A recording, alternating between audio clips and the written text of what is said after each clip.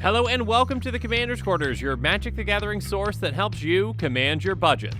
This show and episodes like this one are possible thanks to viewers like you. If you're looking for an easy way to help support this show, make sure that you like, share, and subscribe. Also, hit that bell notification icon so you don't miss any new episodes. You can also go check out our playmats and other merchandise at thecommandersquarters.com. Another easy way to support this show is with our TCG player affiliate links. So whether you're buying a deck or individual cards, you can use this general link right here or one in the description. And the final way that you can support this show is by supporting us directly by becoming a patron. There are many benefits to being a patron, and I truly couldn't do this without all their support. There's even a brand new Brigadier General tier where you can get a shout out on a Commander's Quarters episode that's dedicated to you. Hey everyone, Mitch coming in from the Commander's Quarters studio. Welcome to the show. So it's been quite the day for spoiler season, and actually, before I started recording this episode, I probably should have gone and made myself another cup of coffee, but I'm kind of already in it right now, so I'm not gonna stop and do that. At least I don't plan to. I really might stop recording and go get another cup of coffee because I was up quite early this morning. Regardless, if you haven't seen my most recent episode on Tovolar Dire Overlord, make sure you check it out. It is absolutely incredible. Okay, I actually wasn't trying to brag there. I kind of misspoke. I actually meant that the commander is incredible. The episode also could very well be incredible, but that's up for you to decide. Yeah, I should probably go get that second cup of coffee. I'm getting loopy. Anyways, let's move on to this episode, and we're going to be talking about Stitcher of Dolls. Stitcher of Dolls is a brand new, exciting, mythic spoiler that is, let's just say, unexpected. Now, what exactly do I mean by that, and what in the world is that doll factory over there? Let's jump in to find out.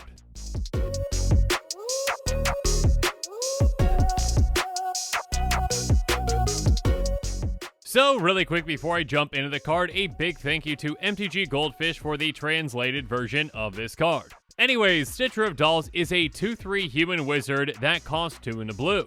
It says, whenever you cast an instant or sorcery spell, create a 2/2 black zombie creature token with Decayed. Now, Decayed is a brand new and flavorful mechanic in this set, and it means that this creature can't block, and whenever it attacks, you sacrifice it at the end of combat.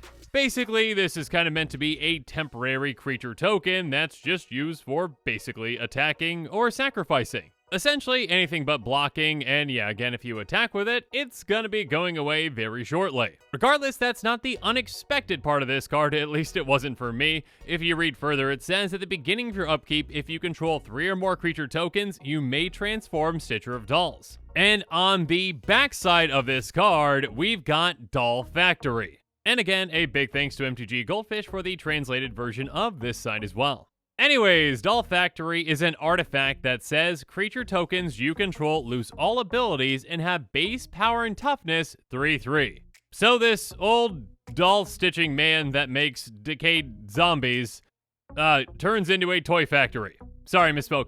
Doll Factory. But whereas this side of the card doesn't actually make tokens, it just adjusts them. Now, normally taking away all the abilities on a token would be a bad thing. But obviously in this case, Decay is not a great ability to have on a creature because again, your creature can't block and when it attacks, it's gonna die. So by first casting a lot of instants and sorceries to fill the board with decaying tokens, you can then eventually just, flip it over to Doll Factory and you take away that downside.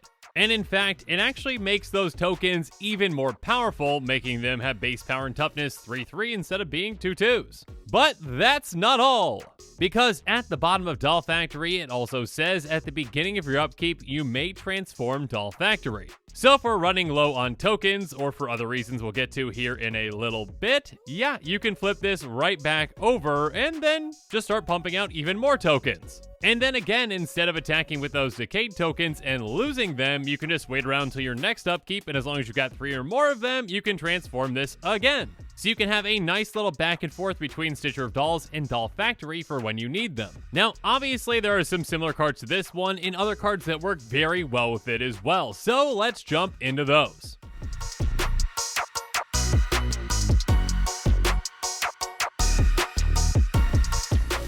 Now, the first card that came to my mind as a comparison card, and actually one that could work very well with it, is Murmuring Mystic. Murmuring Mystic is a 1/5 human wizard for just 1 mana more than Stitcher of Dolls, and it says, whenever you cast an instant or a sorcery spell, create a 1/1 blue bird illusion creature token with flying. So, whereas Stitcher of Dolls makes Decayed zombies, which again, Decayed is a downside, Murmuring Mystic makes slightly smaller tokens, but these have flying, which again, is an upside. That being said, Stitcher of Dolls at 3 mana is actually very cheap. You typically don't see that efficient of a token generator at that mana cost, especially one that can essentially, overall, make 3 3s. Again, Murmuring Mystic's birds are just 1/1s. Yes, there's no downside, there's just an upside with flying, but they are smaller. But keep in mind that this kind of a card can actually work very well with Stitcher of Dolls, and you're probably going to see both of them in the same type of deck. And that can actually be very impactful. Again, if you're okay with your bird illusions not having flying by giving them an extra 2 power and 2 toughness, yeah, just switch over to the Doll Factory and good luck to your opponents with now your giant army. But now let's talk about some other somewhat similar token generators in blue. First up, there's Tolerant Sky Summoner, which has, whenever you cast an instant or sorcery spell, create a 2/2 blue drake creature token with flying. It does cost slightly more than Stitcher as well, so do keep that in mind. Regardless, this one makes 2/2 flyers, which again are bigger than Murmuring Mystics, but not quite as big as Doll Factory, or I should say, when you have Doll Factory up. Sometimes you're not going to want to sacrifice that flying, but other times you'd rather have bigger creatures. And speaking of bigger creatures, let's talk about Dika Fractal Theorist, who works amazingly with this new card. Dika has Magecraft. Whenever you cast or copy an instant or sorcery spell, create a 0/0 green and blue fractal creature token, put X++1 counters on it where X is that spell's mana value. So Dika makes variable sized creatures that don't have any downsides or upsides. They're just plain creatures with ++1 counters on them. So when you transform Stitcher of Dolls into Doll Factory, you're only increasing the power of those fractals. Again, those fractal tokens start off as 0/0s, but with Doll Factory in play, they're going to be 3 3s. And of course, they're going to be even bigger than that based on the number of ++1 counters on them. So yeah, Stitcher of Dolls, or should I say Doll Factory, is all upside with Dika. Next up, there's Metallurgic Summonings, and like I mentioned before, the amount of mana that Stitcher of Dolls actually costs is definitely significant. As you've seen with these cards, Talrand is 4 mana, Dika is 5, and so is Metallurgic Summonings. Now, like Dika, Metallurgic Summonings makes variable-sized creatures based on how big the instant or sorcery is. Unfortunately, though, unlike Dika, it's not utilizing ++1 counters. So Doll Factory could either help or hurt depending on how big those creatures are. But the card that actually might be most like Doll Factory is Docent of Perfection. It's a 5/4 insect horror for 3 blue, so again, 5 mana for a token generator. It's got flying, and it says, whenever you cast an instant or sorcery spell, put a 1/1 blue human wizard creature token onto the battlefield, then if you control 3 or more wizards, transform Docent of Perfection. It transforms into Final Iteration, which does the exact same thing, except it also gives your wizards +2/+1 and flying. So, unlike Stitcher of Dolls, while this is transformed onto the backside, you still get those tokens whenever you're casting instant sorcery spells. And obviously, again, on top of that, it pumps your creatures and gives them flying too.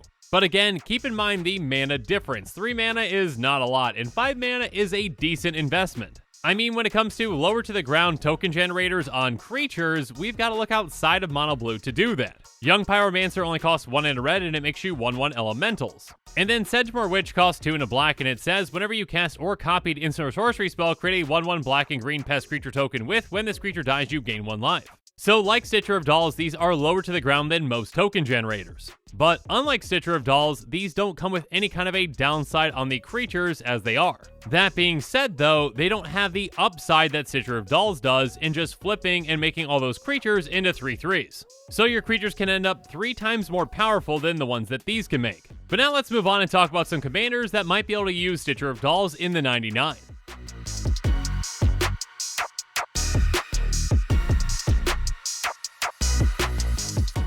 First up, let's talk about Orvar the Allform. It says whenever you cast an instant or sorcery spell, if it targets 1 or more permanents you control, create a token that's a copy of one of those permanents.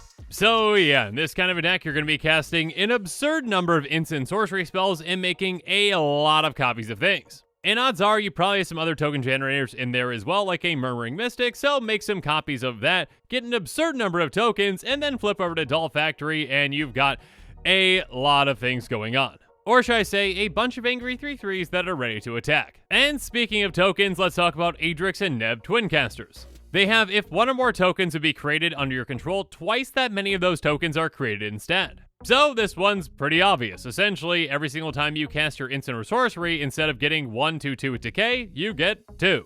So flood the board even quicker, and then eventually flip over to Doll Factory and have fun swinging out. And speaking of swinging out, another commander that loves when you cast instants and sorceries is Octavia Living Thesis. It has Magecraft. Whenever you cast or copy an instant or sorcery spell, target creature has base power and toughness 8/8 until end of turn. So again, cast a ton of instants and sorceries, maybe flip over to Doll Factory so they don't have decay, and then make them from 3/3s into 8/8s. Next up though, a commander that can completely get rid of that downside though for your tokens is Brutaclad Telcore Engineer. Brutaclad has creature tokens you control have haste, and at the beginning of combat on your turn create a 2/1 blue mirror artifact creature token.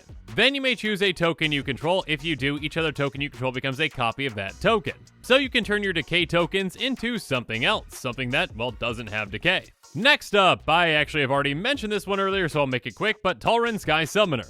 Again, another token generator in a deck like this is probably never going to be a bad thing. You're already looking to cast a ton of instants and sorceries to make a ton of tokens, so have fun with your giant army. And again, at some point, if you're okay with losing the flying, you can make your army even larger and make them in 3/3s with Doll Factory. And lastly, of course, I already mentioned Dika as well, and why it's so good with Stitcher. When Stitcher of Dolls flips over to Doll Factory, it makes those fractals even larger, and yeah, there's no downside to that.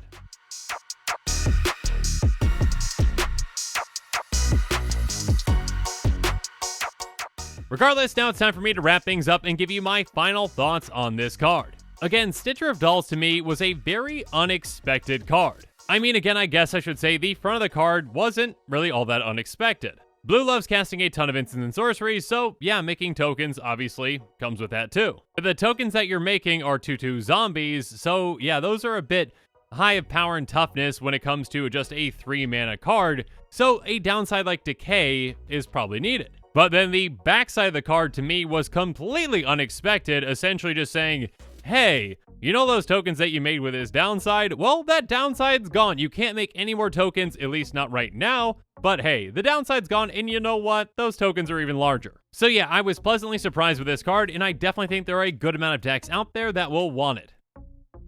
And with that, the show is coming to a close, so it's my turn to hear from you. So in the comments below, let me know what your thoughts on this episode are, and as always, thank you again, and have a good one.